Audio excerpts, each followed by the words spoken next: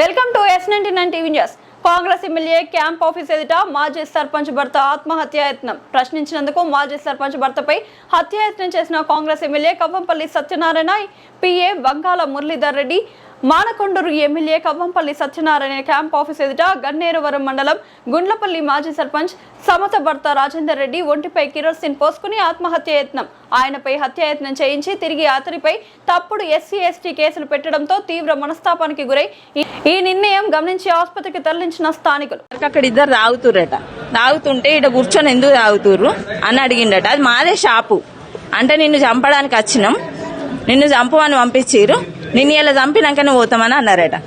అన్నాక ఈయనే తప్పించుకున్నాడట, గుండెత్తేయడానికి అత్త తప్పించుకున్నాడట. తప్పించుకొని మళ్ళీ అతను వెనుక ఊరికి నిన్నెవరు పంపించిర్రు, నువ్వెందుకు వచ్చినావు అని అడిగితే మురళీధర్ రెడ్డి పంపించిండు మమ్మల్ని అని చెప్పిండట. చెప్పిన తర్వాత ఎందుకు దేనికి అంటే ఏమో మాకు తెలియదు, నిన్ను పంపించిర్రు, మమ్మల్ని పంపించిర్రు అని చెప్పిరట. Muralidhar Reddy, Kavvampalli Satyanarayana PA, personal PA, Vangala Muralidhar Reddy, Vangala Ravinder Reddy, వాళ్ళిద్దరు అన్నదమ్ములే దీనికి కారణం. అదే వాళ్ళు కేసు పెట్టించిర్రు, వాళ్ళే మా షాప్ లోకి వచ్చిర్రు, మా ఆయన్నే కొట్టిర్రు, మళ్ళా వాళ్ళే మా ఆయన మీద ఉల్టా ST/ST కేసు పెట్టించిర్రు. బేతెల్ రాజేందర్ రెడ్డి, బేతెల్ సమత రాజేందర్ రెడ్డి మాజీ సర్పంచ్ను. ఈయనకు అన్యాయంగా తినుడు ఆయనకు తెలియదు, ఏదన్నా ఉంటే ముఖాముఖి అంటాడు అనేసరికి ప్రశ్నించేసరికి వాళ్ళకి అట్లా ప్రశ్నించద్దు. దీనికోసమే ఈ అసలు గొడవ అసలు మా ఆయన సప్పటికనే వేయిండు. పోయిన తర్వాత అక్కడికి అయిన తర్వాత ఆ ఇష్యూ అయింది. అదే కొట్టి వాళ్ళు పంపించిండు ఇద్దరిని. అది పాత గొడవలు ఏం లేవు, అదే ఆయన ప్రశ్నించదాడు, ప్రశ్నించద్దు.